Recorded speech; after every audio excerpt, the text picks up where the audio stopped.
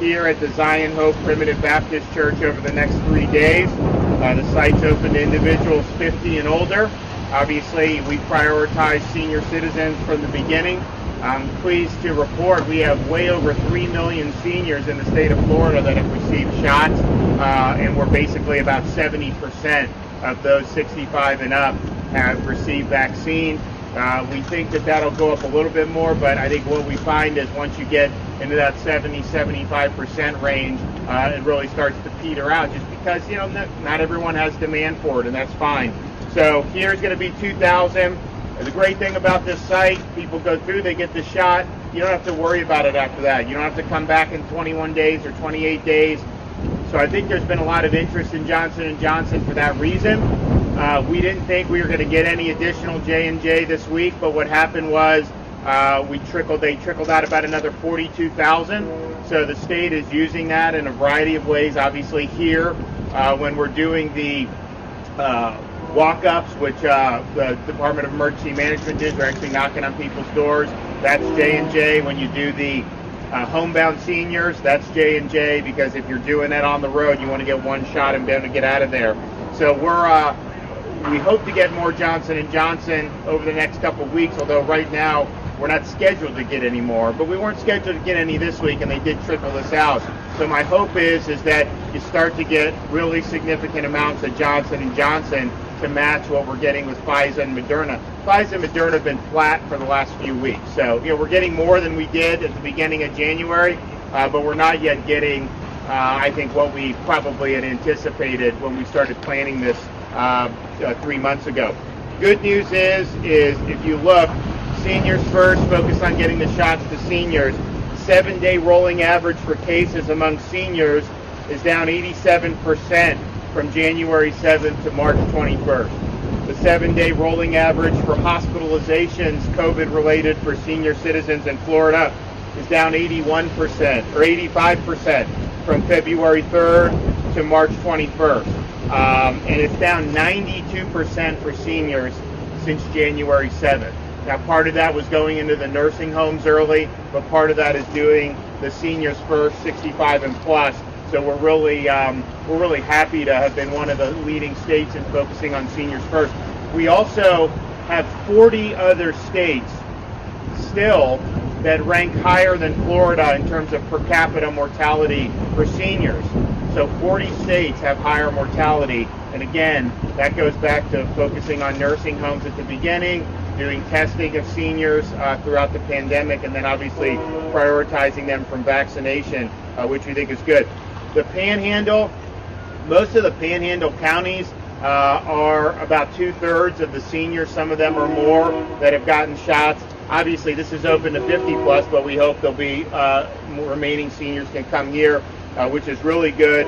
And, we're now at over 1/3 of that age 60 to 64 in Escambia, and I think that's pretty similar throughout most of the Panhandle. So I think that 60 to 64 will keep growing this week and into next week. We are at age 50 now. The demand was more intense at the beginning of January than it is right now. Part of it is because we've done millions of shots and obviously focused it on the seniors who really wanted it the most. But if the demand it continues to be manageable, we want to lower the age again at the appropriate time. So I don't have an announcement on that yet, but we're monitoring it. We're talking with all the retail pharmacies about how many people are going in for that, looking at the county sites, the state sites, all these different things to try to make sure that as the demand softens, you're able to lower it. Now, I will say this. You look at the mortality on this, you're really looking at people under 50. The mortality is less than probably seasonal influenza. Certainly for under 18, it's less than seasonal influenza. But probably 18 to 49 is either similar or even slightly less. So the mortality really starts to pick up as you get over 50. Obviously, a 51-year-old is less at risk than an 81-year-old, and so the mortality continues to go up as the age goes up. So if you get the very vast bulk of 50 plus, you're in really, really good shape, I think, as we go forward. And as we go forward, we're going to continue to expand ways to make the vaccine available for people in their communities. So as of last week, Walgreens has expanded now to 223 Walgreens throughout the state of Florida, and CVS is now up to 182 CVSs. We get increased vaccine. The bulk of that are going to go to increasing that CVS and Walgreens footprint even more. They're doing a really good job. I mean, CVS, I know they do 100 to 200 shots a day at each of their stores. So we want to make it in all those stores as the supply increases, and will do. And of course, you have the Walgreens CVS. You also have 730 Publix pharmacies, 204 Walmarts and Sam's Club combined, and then 43 Winn-Dixie's offering that. So here in Escambia County, you have 9 Walgreens that are offering it, 7 Publix pharmacies, 2 CVS, 1 Winn-Dixie's, and 5 Walmart pharmacies. So that's a pretty significant retail footprint. It's easy for people to go. It's usually pretty close by where they live. And I will say, talking with these folks, getting appointments online is a lot easier today than it was when we first started doing this. The first pharmacies were exclusively for long-term care residents and staff. CVS and Walgreens had that mission. Then Publix got on board, and when Publix opened just a handful of counties, man, it was a crushing demand on the website. Then when Walmart came on, pretty good demand. Now as things have gone, the demand, so it's easier, so it doesn't necessarily fill up in 10 minutes. And so you can go on these websites, you got a pretty good chance to get an appointment in a very convenient way. And that's partially because we vaccinated so many people, but also because you do have more vaccine on a weekly basis than we did 2 or 3 months ago. So we think that the retail footprint is good. Again, CVS, I'd like to have more CVS in Escambia, and we'll do that as we get more J&J and as we get more Pfizer and Moderna. We also had huge numbers of additional sites. I mean, Anquan Bolden Stadium in Pahokee, Edward Waters College, FAMU, Kissimmee Community Center, Broward College, Oak Grove Park, Overton Youth Center, Dade. We now have new sites in Hialeah, Miramar, Opelika, Tampa, Orlando, Kissimmee, Fort Pierce, 2 in Jacksonville. This isn't technically one of our faith-based events here, even though it is at a church. But we've done 71 faith-based events in 22 counties. It's about 75,000 vaccinations just with our churches. We've done churches, synagogues, other groups. We've primarily focused on African American churches. It's a great way for outreach, and we're going to continue to do that. We also have our rural program. If you look at the senior coverage, the only counties that are less than 50% of seniors are some of these rural counties. And so we've surged vaccine there. When we've done it, like Highlands County, it's shot up. Glades, Putnam, some of these others, we're trying to get those in 60, 70% of seniors. I will say, though, in some of those counties, there is a demand issue, so we want to try to get as many people to get it as we can. But our homebound program, I think, is very successful. We started going for homebound seniors because not every senior can drive across town to a drive-through site. Even going to a pharmacy sometimes is not as easy as it is. So there's certain seniors, if you can bring it to their homes, it's good. So we started doing Holocaust survivors. We've also done World War II, Korean veterans. We have this open. Seniors can send in requests, and then we do. So we've done over 5,000 vaccinations of seniors in their homes with sending these teams in to do it. So I think that's really exciting. I've been able to be there we did the first Holocaust survivor down in South Florida.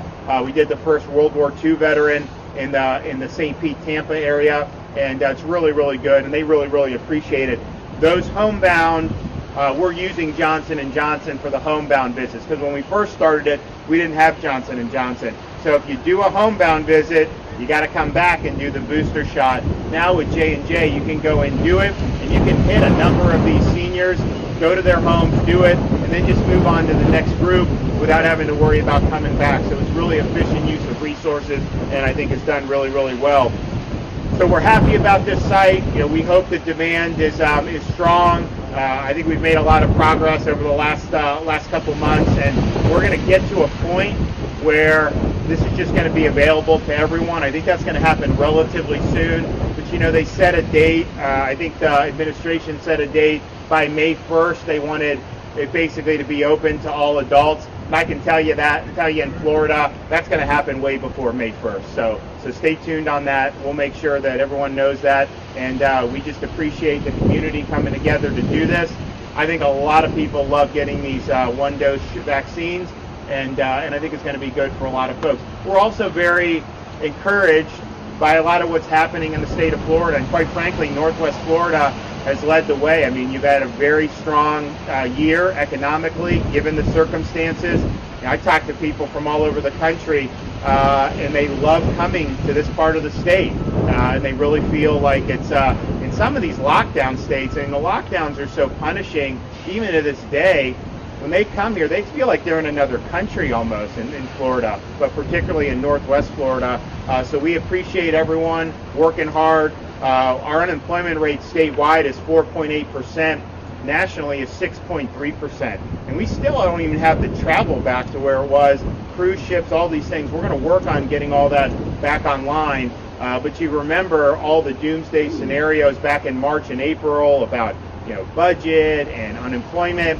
And obviously that was a jolt then. It was problematic, but I think we've been able to really save the economy, keep it going in a good direction, and I think we have an opportunity to really build on this. And once all the stuff federally opens up, then I think we can hopefully get that unemployment rate even lower. And of course, you still have places around this country that don't have schools open in person.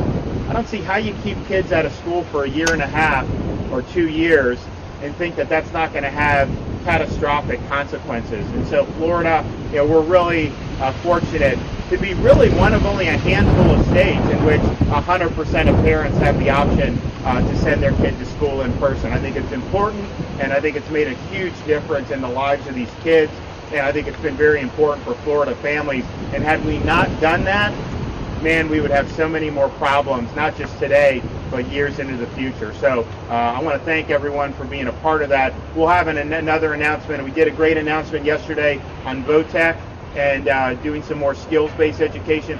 I got more announcements coming on education probably at the beginning of next week, and it should be really, really good, so stay tuned for that. So it's great to be here. Happy to take some questions. Senator DeSantis, a couple things.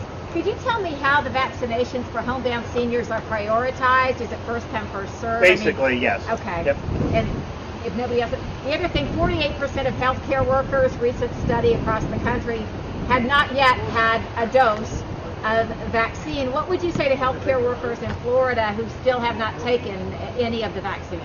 So they were one of our top priorities, so the nursing home residents and staff, and then the nurses and doctors. And I think what we found is the uptake for the doctors was incredibly high. About 90% of physicians would take it. For the nurses, it was a little bit more mixed. There were some hospital systems that had 2/3 or 3/4 take it. We had some hospital systems that it was about 1/3 to take it. What I tell people is, in Florida, we're not mandating any vaccine for anybody. These are, though, good vaccines. I think you see the effects now, and I think you'll continue to see that in the weeks and months to come.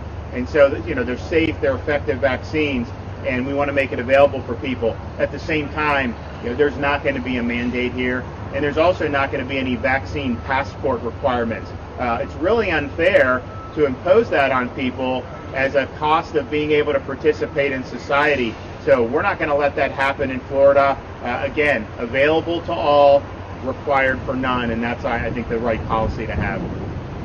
All right, thanks, everybody. Appreciate it. Thank you. Oh, yeah, you guys want to do some photos? Yeah. Oh, okay, yeah. All right, nice to meet you. You want to go right here? You want to go? Yeah, let's do it.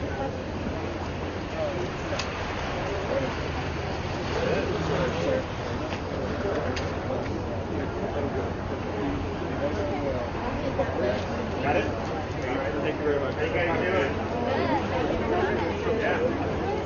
You want to go look in there real quick? Yeah, I'll take it.